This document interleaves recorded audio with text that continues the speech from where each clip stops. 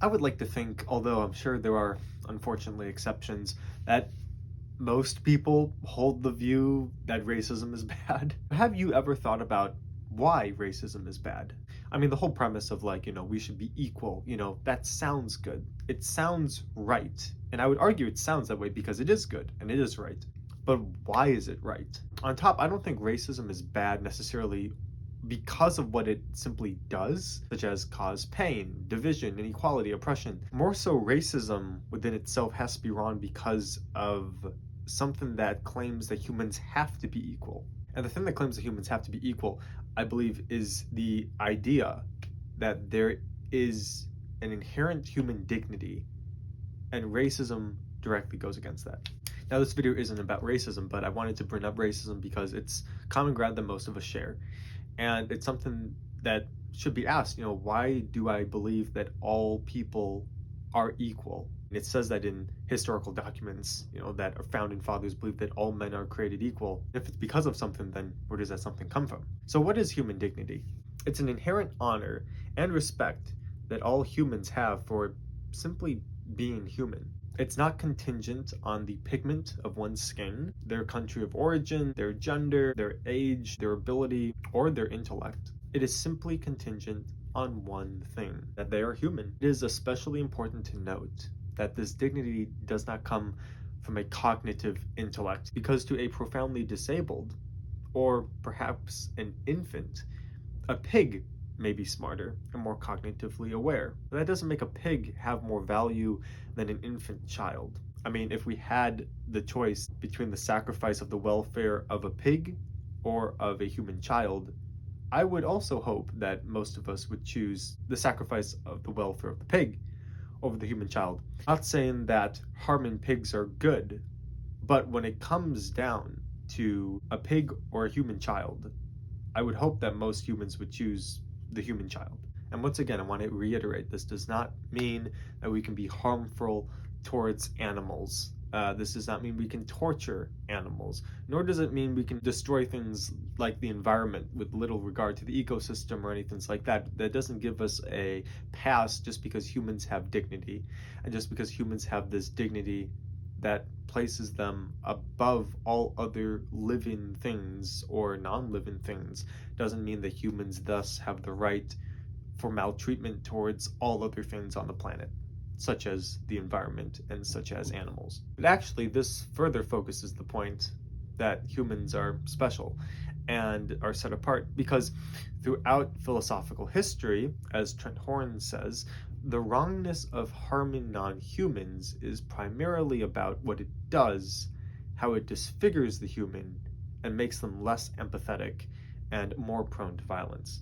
So although there is an inherent wrong in the maltreatment to nature or animals, it is not purely wrong simply because of the maltreatment towards nature or animals, but also wrong because it negatively affects the human person to commit such atrocities. Now, another way to put this whole idea of human dignity is also to call it human exceptionalism. But what else does human dignity mean? It means that we have a unique and also intrinsic value that no other thing in the universe has. Because of this human dignity, we would say humans have a right to life.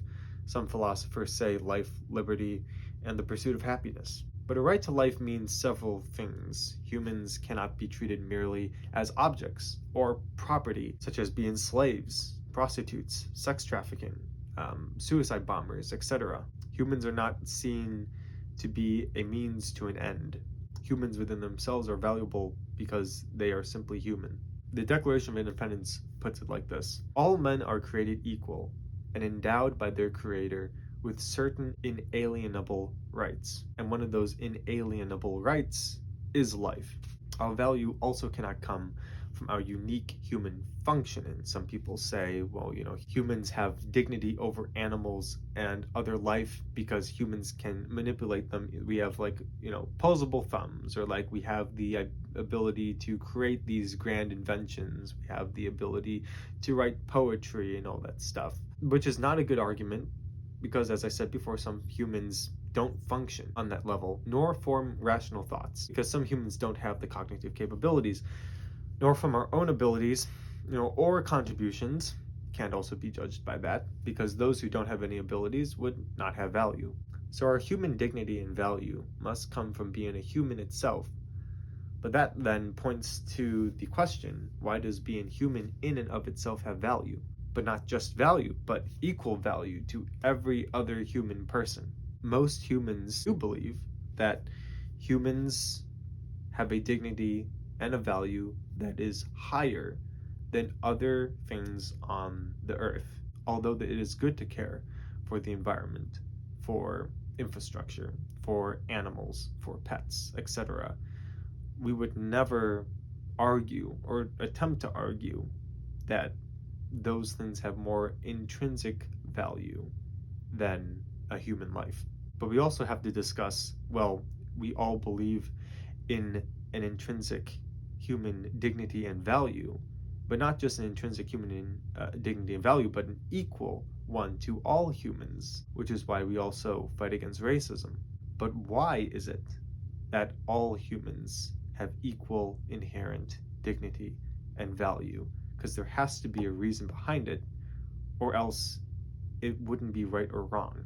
And once again, we can't really look at it as the consequences of racism, because as we looked at morality, if it's societally based, that means racism used to be good and now it's bad. If morality is based on just simply purely pleasure or end in suffering, as we discussed in the past video of morality, we then get into some either genocidal dystopias, or we get into a lot of distortions of what constitutes maximizing pleasure. So as this leaks into our discussion of morality, as in where does morality come from, it has to come from an all good and authoritative source, as we reasoned out in the past video. Same thing with human dignity.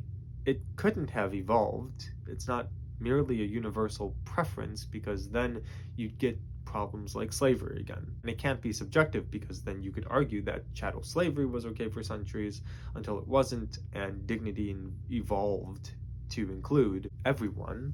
We would say human dignity has always existed the same way, that all people deserve to be treated equally throughout all of time, and thus we can label the horrors of slavery as a crime against human dignity, no matter what age it happened in. Therefore, human dignity and value must come from a source that is dignity in itself, something that is intrinsically more valuable than anything in the universe, and thus can impart upon humans its dignity to create humans as above the rest of creation.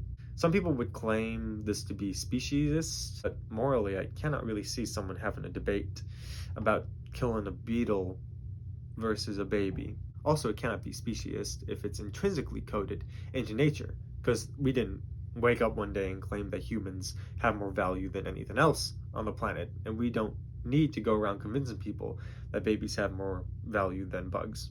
So now what? Think about some other things that wouldn't be wrong with equal human dignity, such as sexism, xenophobia, discrimination, hate crimes.